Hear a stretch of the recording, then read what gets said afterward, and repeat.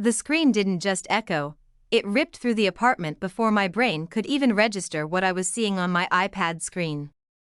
My sister, dress pushed high up her thighs, leaning into my fiancé with her entire body, was lunging toward him again, lips ready to claim something that was never hers. His voice cut through the chaos, steady but frightened. "Olivia, stop." I said no. My fingers shook as they pressed against the cold glass and I hit record. 3 years of doubt, uneasy feelings, and hidden fear solidified into one horrifying truth in that instant. From 200 miles away, sitting in a hotel room that suddenly felt too small to breathe in, I watched Tyler back away, both hands raised in defense. Olivia's face twisted, no longer the carefully sweet expression she always wore for our parents, but something raw, selfish, entitled. "Why her?" she snapped, pointing wildly. "She's always been the dull one. Just try me once before you decide." The air froze in my lungs as Tyler's back struck the bookshelf we'd built together during our first anniversary. He was trapped. Terrified. And those were the same eyes that once promised I'd never lose love again the way I always seemed to. My name is Vanessa. I'm 31. A marketing director. And this is the moment I finally shattered the golden child illusion. My entire life had been spent watching Olivia take whatever she wanted. 3 of my previous relationships were destroyed by her attention-seeking vulnerability and perfectly timed charm. Every time, my parents dismissed it. "You should be more like your sister," my mother would sigh, as if my pain was proof I simply wasn't enough. When I met Tyler 5 years ago, I loved him instantly, and that terrified me. I hid him for almost a year, inventing excuses to keep him away from my family. I knew Olivia's type, handsome, successful men she could attach her image to. Tyler was everything she'd want. When they finally did meet, I saw her assessing him immediately. But this time, Tyler stayed grounded beside me, his hand always in mine, ignoring her subtle attempts to pull him in. For weeks she texted him, hinting, pushing, testing.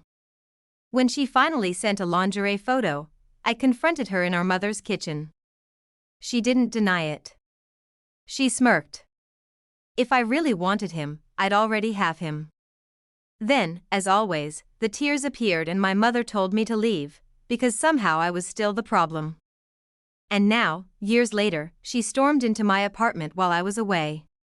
Tyler had called me to show he was watering my bonsai when the doorbell rang. I told him to keep me on the call because my instincts already knew. On screen, she lunged again. Tyler pushed her gently, just to create space. But Olivia turned it into theater, twisting, flinging herself back. The crash of the glass table breaking under her made me gasp. Her screams filled our home as Tyler panicked, calling an ambulance, hands shaking. And as I sat frozen, recording still rolling, I already knew what she would do next. And I was right. Within hours, she accused him of assault. Her stitched thigh became proof. My parents stood behind her instantly. And my father promised to destroy Tyler's life, all while they never even asked what I saw. My mother called me, insisting I needed to accept reality about the man I loved. But this time, for once in my entire life, truth stood with me, not with them. I didn't just have feelings or suspicions. I had proof. The recording revealed everything: Olivia throwing herself at Tyler, his repeated refusals, and the injury caused entirely by her own reckless desperation. When I handed it over to the police, the story she'd spun so confidently crumbled like wet paper. Tyler's countersuit for harassment and defamation didn't just hold, it won. The court ordered Olivia to pay a significant settlement. "She doesn't even need the money," my mother sneered over the phone after the verdict, venom dripping from every word. "You've always been jealous of her, her beauty, her charm, her success. And now look, you destroyed her life just to feel important." I stared at her name glowing on my screen and, for the first time in years, I saw everything clearly. "No, Mom," I said quietly. "You destroyed her life when you raised her to believe she was untouchable. You nearly destroyed mine by convincing me I deserved only leftovers. Olivia couldn't handle the humiliation. She packed up her life and disappeared to another city, leaving behind whispers, judgment, and a community that finally saw through the golden child mask. My parents, naturally, blamed me entirely. Their flawless daughter's pedestal had shattered, and in their eyes, I had committed an unforgivable betrayal by choosing truth over blood. Whatever little relationship I still had with them quickly faded into almost nothing. Tyler and I stayed together, stronger than ever, though his family understandably kept their distance at first. Their son had nearly lost everything because of the chaos I was born into. It took time, patience, honesty, but eventually they saw me for who I truly was, separate from my sister's destruction and my parents' blindness. Slowly, they became the family I'd always wished for. His mother started inviting me for weekly lunches. His sister checked on me every single day. His father taught me how to fish on their boat, something my own father never once offered to teach me, but happily shared with Olivia. When Tyler proposed last summer, his parents were overjoyed. "We're covering the wedding," his mother declared proudly. A proper Tuscan celebration, for the daughter we never got to raise. I cried hard. I didn't tell my parents. Only an aunt and 2 cousins received invitations.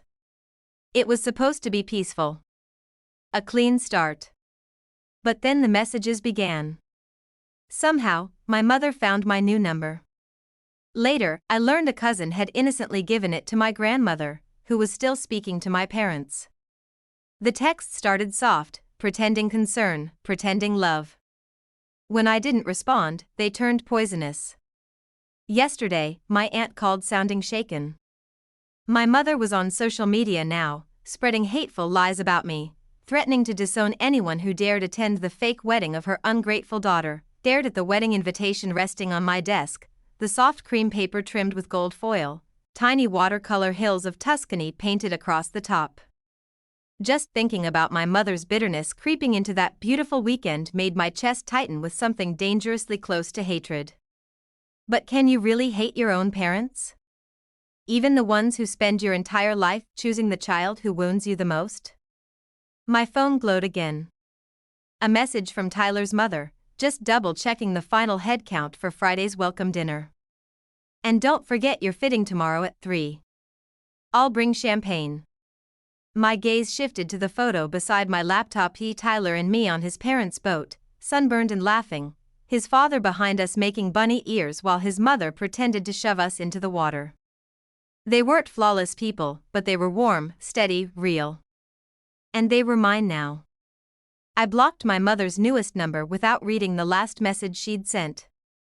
Then I called my aunt. "They're planning to come," she blurted immediately.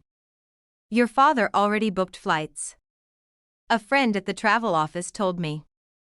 "Then we'll have security," I replied, surprised at how calm and certain I sounded.